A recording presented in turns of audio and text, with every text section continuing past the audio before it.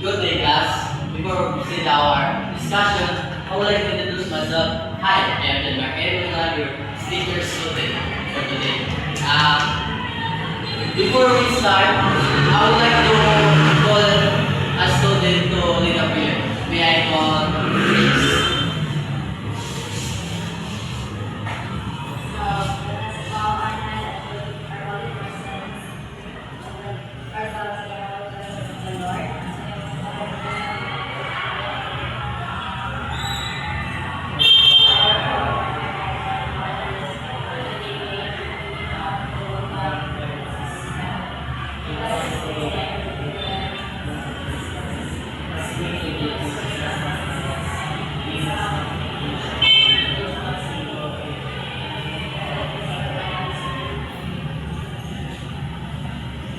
Good day, class. How's your day? Fine, great. Maybe now is before we start, I would like to host the secretary.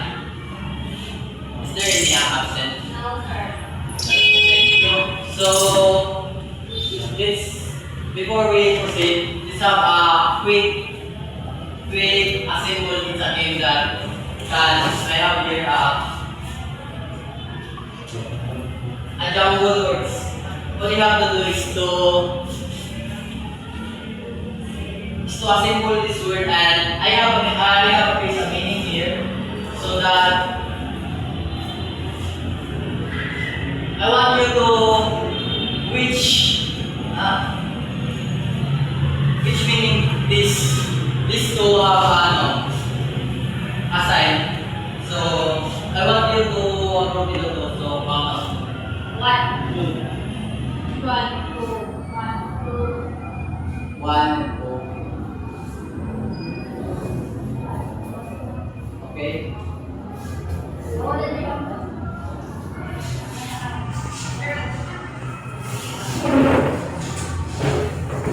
This is group one and two. And we may start now. Symbol that word.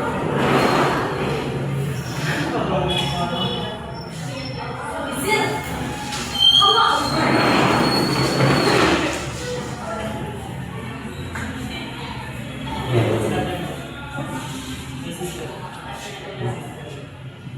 Step.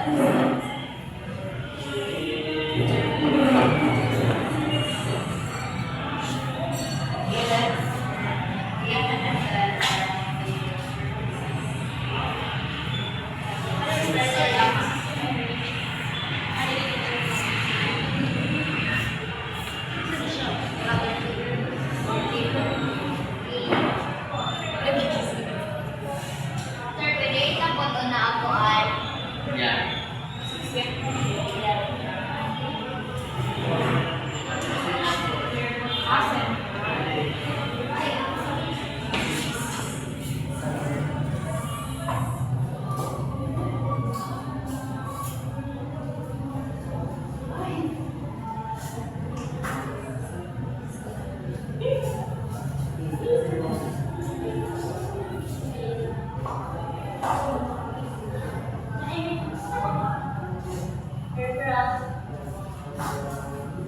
Ito ang may ilalagay ninyo asa siya ng buwan. Kung meeting ito, asa siya yung meeting. Tingkalan ko sa sistema yung meeting. Asa siya ng buwan.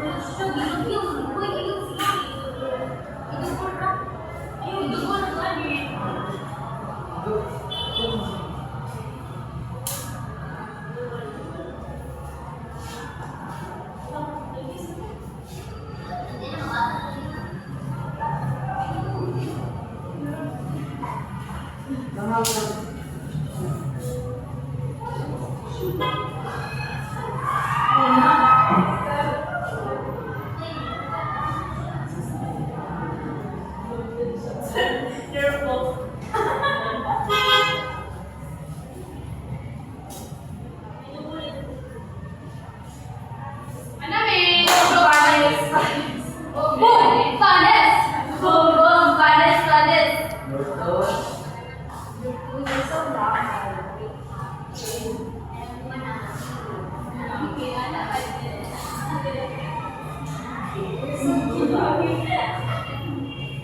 You're so taking back style. Like si Jonas na.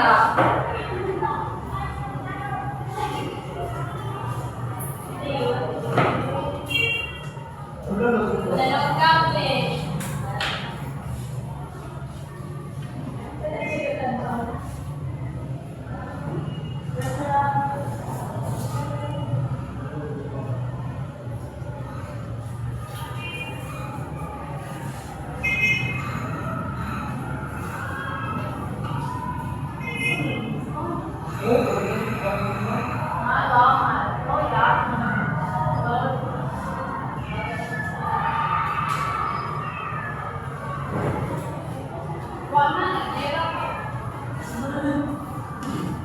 Okay, very good. Give me our okay. Group 1, what are the words that you have said? Okay. Central nervous system. The meaning. A process center that guides everything that your body does, from your thoughts and feelings to your movements. That's right. The central nervous system is the one who controls our movement, to our even inner. Kung muli yung kamay mo pumunta, central system na siya kapanan na. So, this was ito na group 2, kanya rin yung words. Peripheral nervous system. The meaning. The network of nerves located outside the brain and spinal cord that relays messages between central nervous system and the rest of the body. Very good. Peripheral nervous system is the really the business to the central system to how yung kung pausa siya muli yung kanya, muli yung pausa, how muli yung kaya malitaw. That's all. So, for today, have another activity. So, with the same group 1 and 2, I have here I made a picture that group 1 will be the central nervous system and group 2 will be the peripheral nervous system. All you have to do is to give this a meaning, this 2, and group 2 even this with the same meaning. So, and I give you 4 minutes to, I mean the initial paper, 4 minutes to write the meaning. So, let's start. Right, initial paper. Only 4 minutes.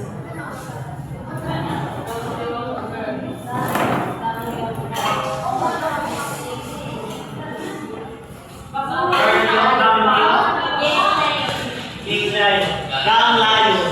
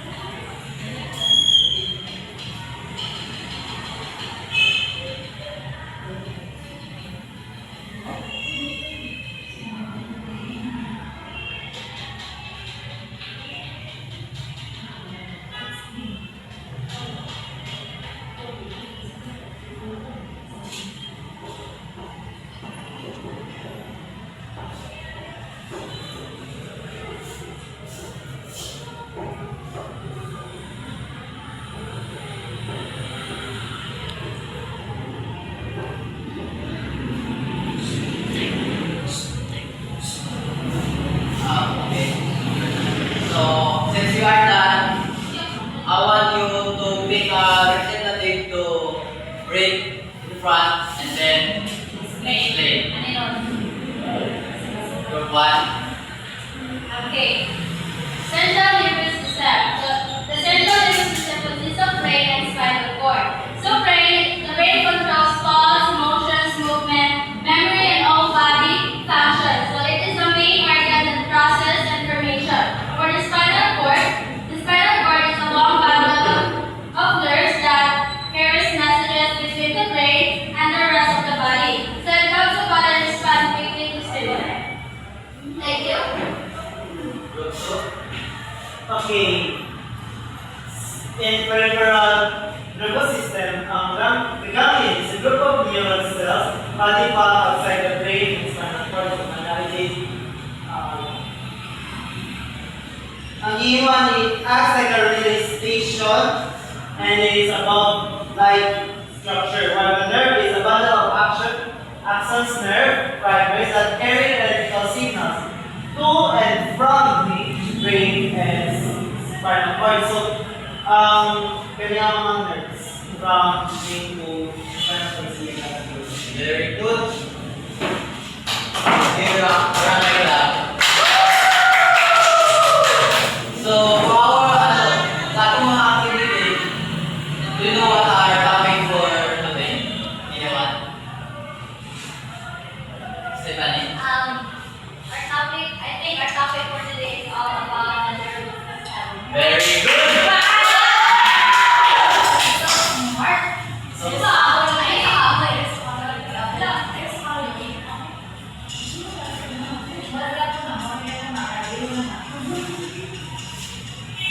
So today our discussion is about the nervous system. So before we proceed, I would like you all to read the outline papers. At the end of the lesson, the student should be able to identify major parts of the nervous system, compare the central and peripheral nervous system, label the diagram of the nervous system. Okay. So what are the two major nervous system? What are those? Anyone? Okay, Nani. The central nervous system and the peripheral nervous system. Very good. Sige, Darna. Clap.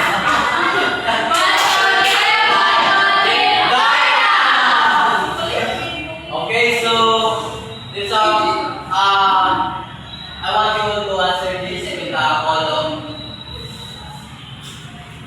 Another. Just answer directly, initiative prefer.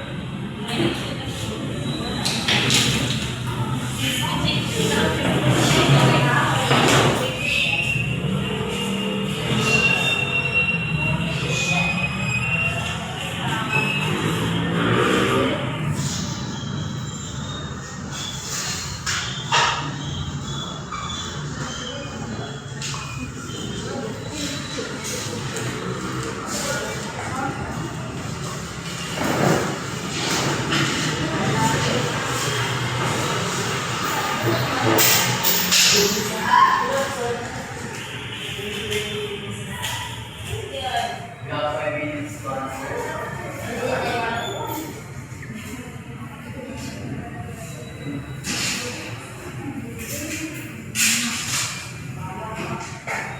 Para po.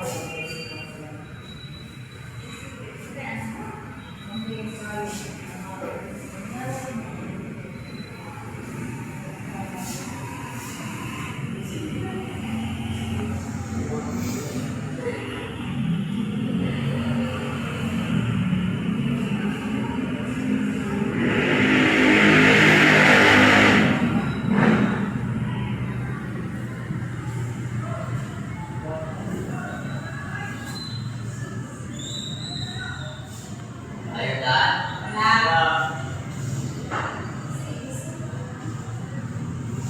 After you done, what's your paper?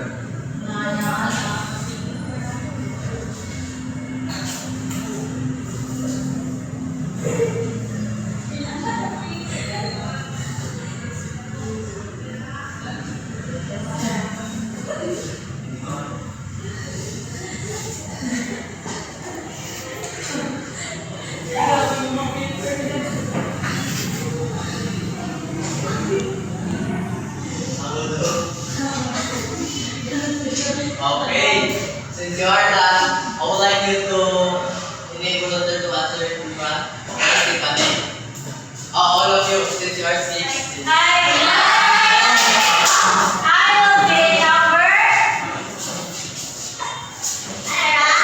Yeah. Wala mo na sa akin eh. Ako, hindi na ako magpala.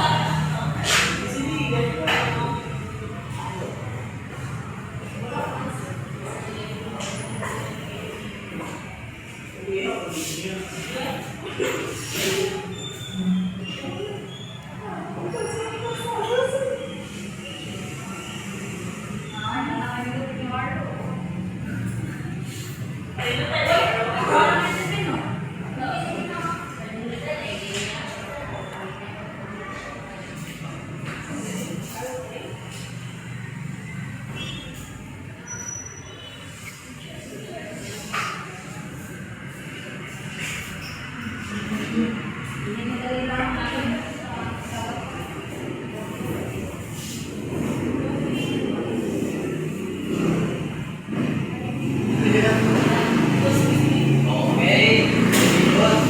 So I want you to give us Indonesia club, you know.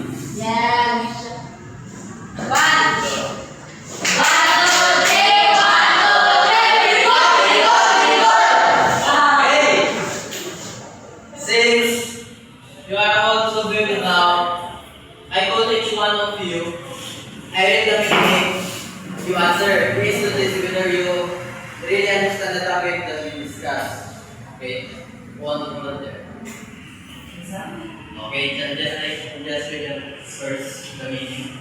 Okay. It's a process center that manage everything that your body does from your thoughts and feeling for your body. Okay. And feeling. Central nervous system. Okay, very good.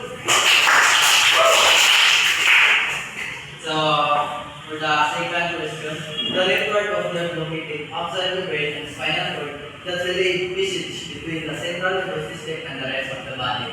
Anyone?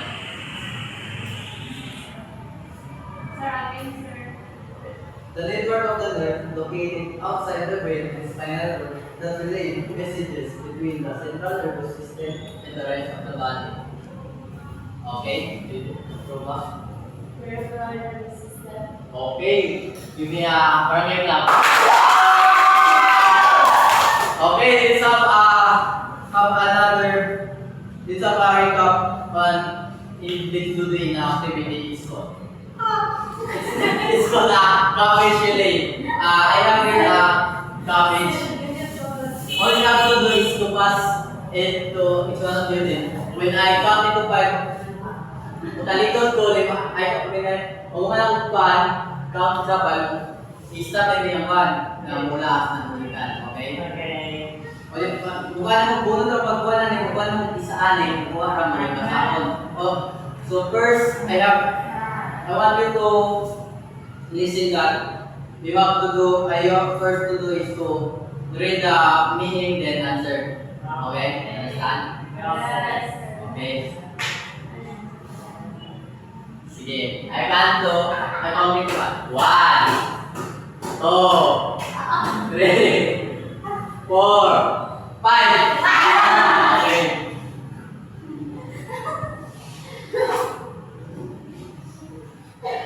Okay, ito meaning first. It is a complex organ that controls all bodily functions, including thoughts, emotion, movement, and vital processes like breathing and the heartbeat. Answer is Brain. very good. Okay, another. I got 1, 2, 3, 4, 5. Hala! Kaya ako! Alam, taas ang gagawin. Alright.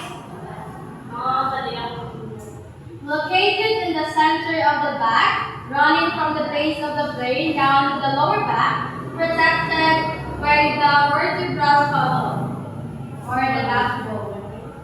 Like, spinal cord. Very good!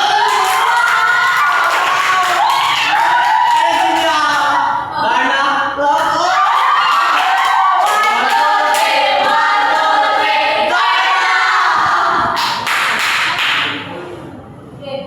Another. 1, 2, 3, 4, 5.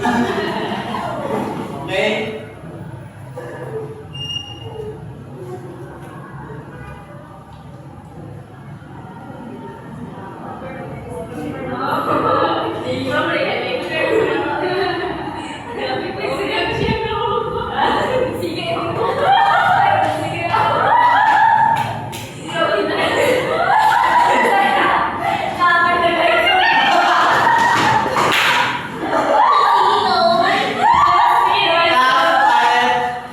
Located in front of the central nervous sulcus, it is heavily involved in voluntary movement, decision-making, planning and personality, and higher cognitive functions.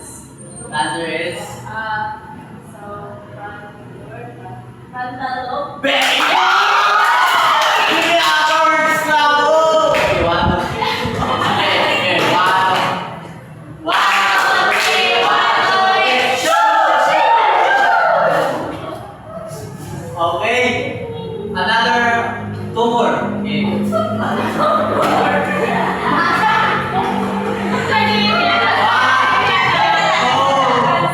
Three, four, five.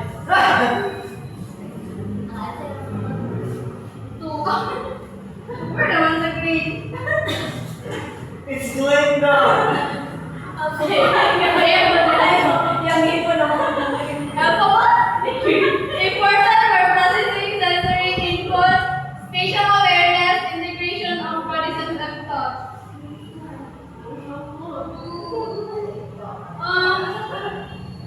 Ito na, wait na to. Very good.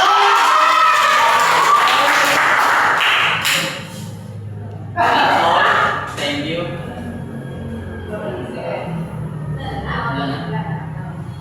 Okay, so let's proceed to some another more activities sa role play. With the same group, group 1 is a central nervous system and group 2 is a peripheral nervous system. Okay, so I give you a hint how to rotate. When it comes to a central nervous system, it's called in the brain. So that, ang example natin ka ng nainanawag yung kuya, na kuhan ka, tibagulat, pinasigitan ka rin. Naabot mo ka sa auto na kumamatay ko ay na example. Then sa peripheral nervous system is, ang patunan na example din yung ng-hype mo. Then samad mo sa mga nerves ninyo na dapat ma-highlight ninyo sa central nervous system, dapat ma-highlight ninyo ang peripheral nervous system. So, I give you 5 minutes to do. I 10. Masama ka din. Siya yung brain. Ako. Yan ako. Hindi. Nasama siya. Ako yung nerd para Nasama siya. Yan ako may information niya. Sama yung mama. One go, Ako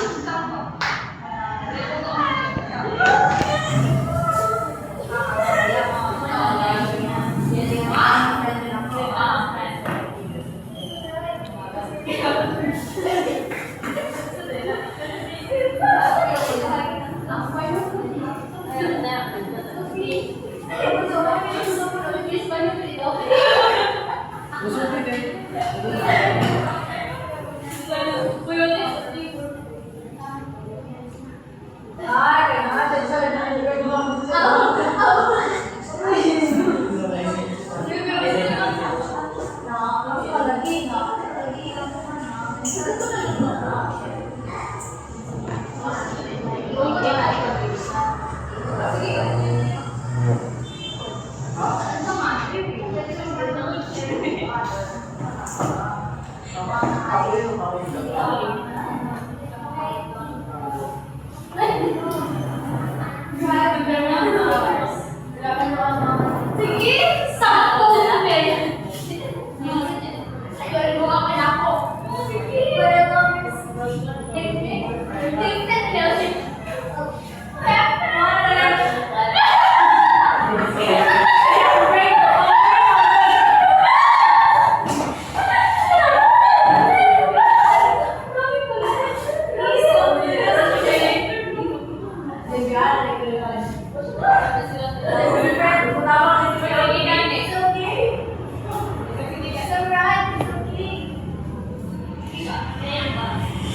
8 minutes more.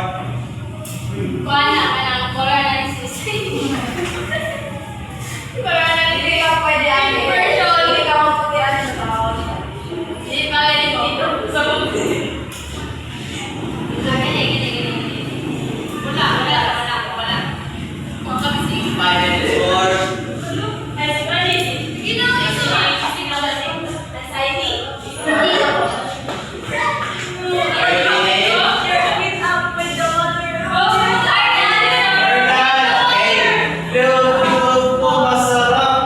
Since the group 2 is the first to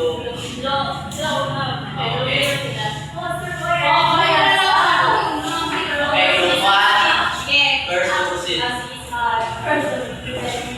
Zero percent.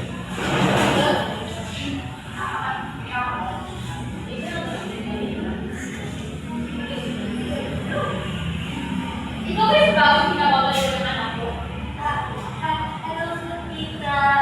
Babakot sa mga. Kita ako po pala si Precious yung bago po ni baby ko. Hindi niyo bagay. Pero tita, mahal namin ang isa't isa. Hindi niyo siya. Tita. Pwede niyo! Layuan mo ang anak ko! Tita, tita. Lumiyak ka!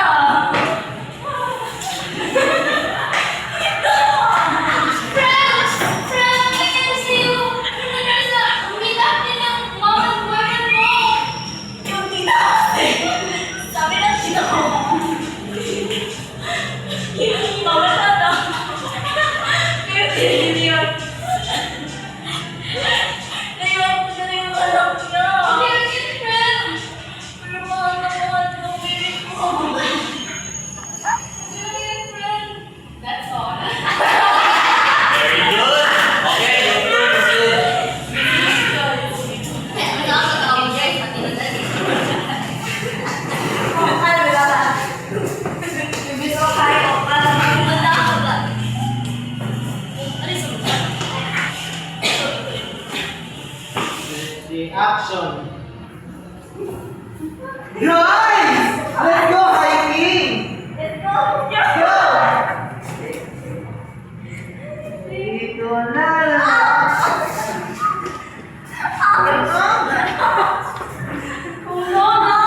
Let's go, Damag. Come on.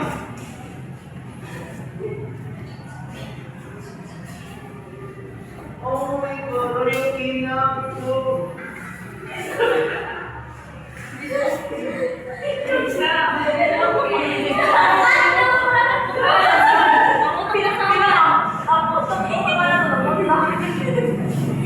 So in this our grade, the purpose system sends the signal that she is hurt. That's all. Okay, give me a barangay clap. Okay, so for this we have a quiz initiative paper.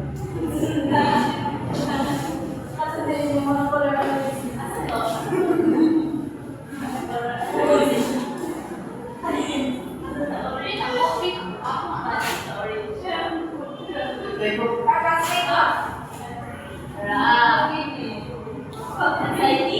Adjust with the meaning twice.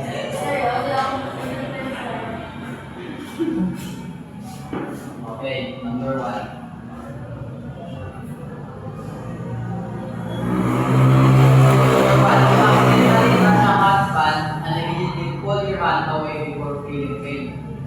What explains disrupted reaction?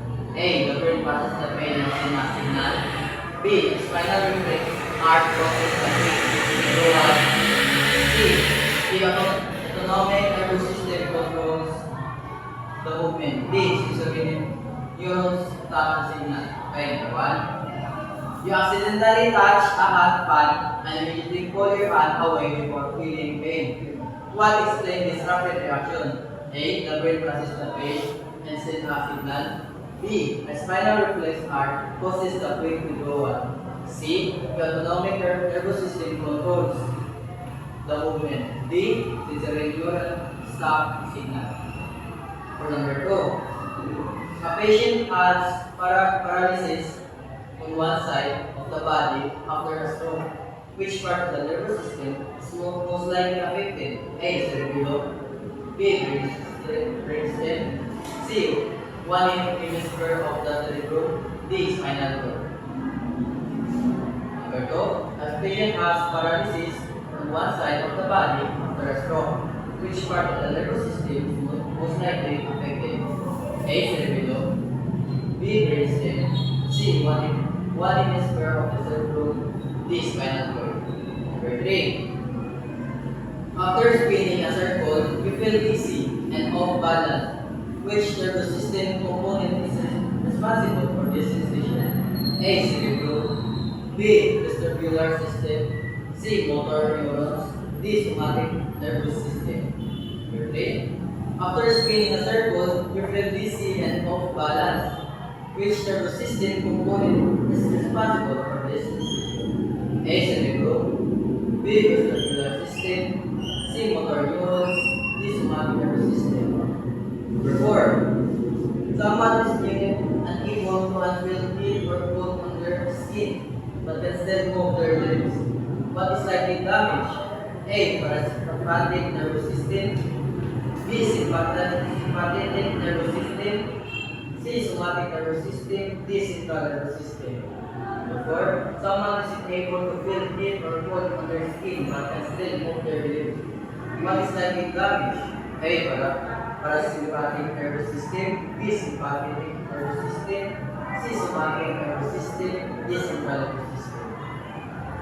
Number 5. Someone is able to feel heat or cold on their skin.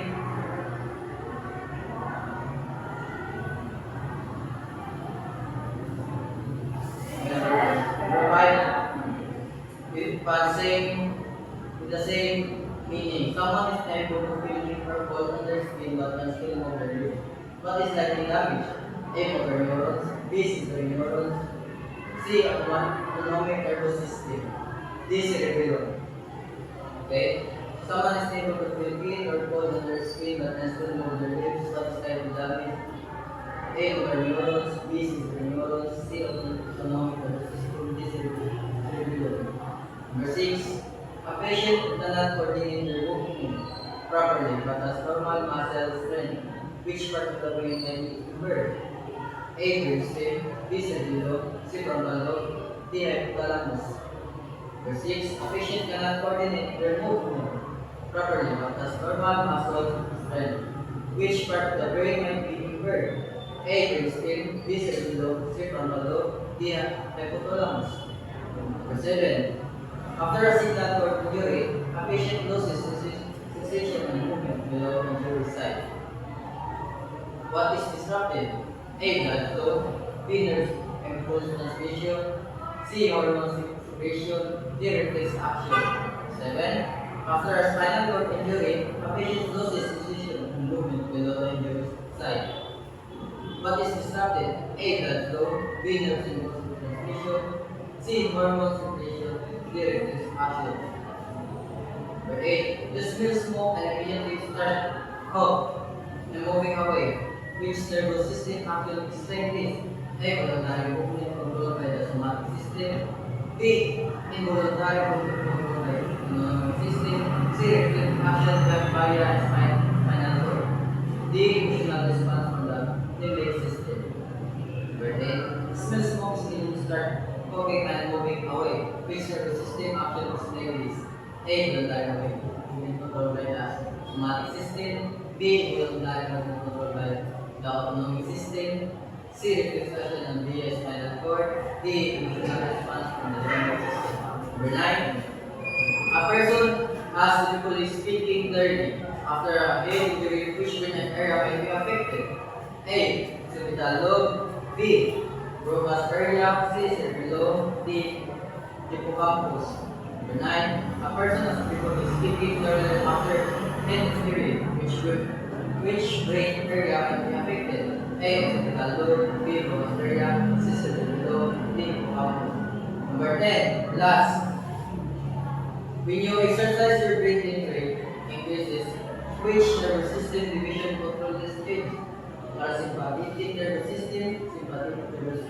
A. Para sympathetic nervous system. B. Sympathetic nervous system. C. Somatic nervous system. D. central nervous system. Number 10. When you exercise your breathing increases. Which nervous system division controls the change? A. Para sympathetic nervous system. B. Sympathetic nervous system. C. Somatic nervous system. D. central nervous system. Are done? Yes. Okay, check your paper. Alright. Okay. For number 1, what is the answer? A. B. Number 2, a patient of paralysis on side of the body after stroke which part of the nervous system was highly affected. C. Number 3, after spinning a circle, you will see an off-balance which nervous system component is responsible for sensation. B. Number 4, someone is able to feel heat or cold on their skin but still not like damage.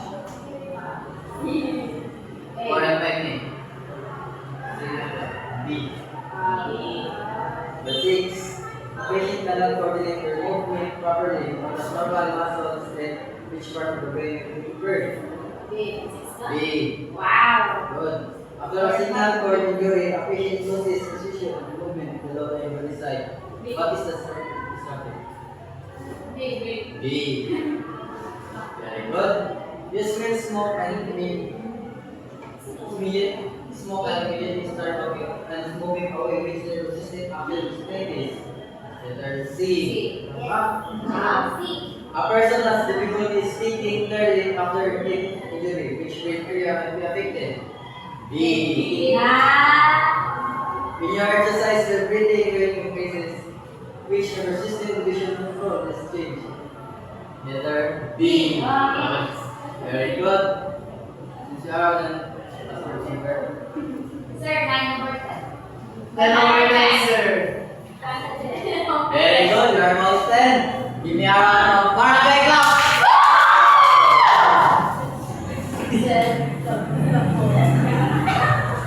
Okay.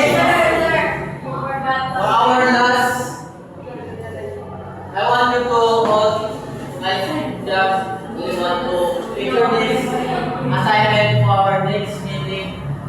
Okay? Everyone? Okay.